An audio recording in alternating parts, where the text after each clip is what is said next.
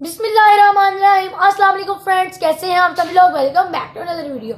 सो friends, आज की video में आपको बताने वाले हैं ICC men's T20 world cup के फाइनल के बारे में और प्लेयर ऑफ द टूर्नामेंट किसको दिया गया और क्यों मिला, ये भी इसके बारे में भी हम आपको बताएंगे।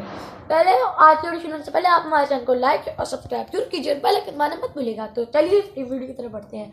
तो आपने मैच देखा था कि ऑस्ट्रेलिया और न्यूजीलैंड का मैच था फाइनल, और ऑस्ट्रेलिया ने टॉस जीत के बॉलिंग का फैसला किया था, जो कि मुझे टॉस जीतने के बाद ही पता लग गया था कि ऑस्ट्रेलिया ने जीत जाना है। मेरी पिछली वीडियो में मैंने बनाई थी, लेकिन वो उसमें न्यूजीलैंड का कहा था, लेकिन अब नहीं, न्यूजीलैंड तो हार गया।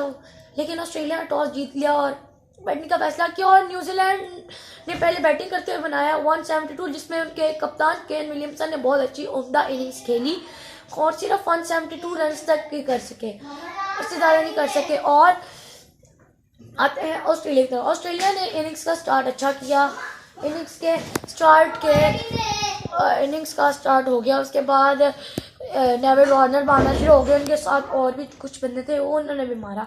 और इस तरह करते कराते हुए 2 विकेटों के नुकसान ऑस्ट्रेलिया ने 8 विकेटों से वर्ल्ड कप का ताज अपने सर पर सजा लिया। और मैं आपको ये बताने वाला हूँ कि उन्होंने प्लेयर ऑफ द टूर्नामेंट का अवार्ड किसको दिया। हालांकि वो नहीं करना चाहिए था। आईसीसी की जूरी ने बड़ा गलत फैसला किया था कि डेविड वार्नर को प्लेयर ऑफ द टूर्नामेंट करा दिया जाए, क्योंकि डेविड वार्नर सिर्फ पाकिस्तान के मैच में चले और फाइनल में चले हैं, और इससे उनके रन कितने कम नहीं हो सकते, क्योंकि बाबर आजम और मोहम्मद रिजवान के रन उन दोनों इनसे ज्यादा थे।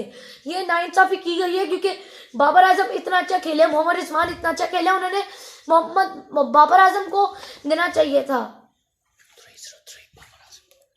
बाबर आजम इस वक्त 303 रन बनाए, और कहाँ पे डेविड वार्नर ने 280 या 290 बनाए रन, और मोहम्मद रिजवान के भी इनसे ज्यादा है। मोहम्मद रिजवान के 300 है शायद, या थोड़े से कम ज्यादा ये होना चाहिए था, लेकिन उन्होंने मोहम्मद रिजवान को गलत फैसला किया। इस पर हम प्रोटेस्ट करेंगे, क्योंकि बाबर आजम को मिलना चाहिए था प्लेयर ऑफ द टूर्नामेंट का अवार्ड। मुझे भी पहले यही लग रहा था बाबर आजम को मिलेंगे, सिर्फ ये 2 मैचों में चला था और उसके बाद चले ही नहीं थे ये।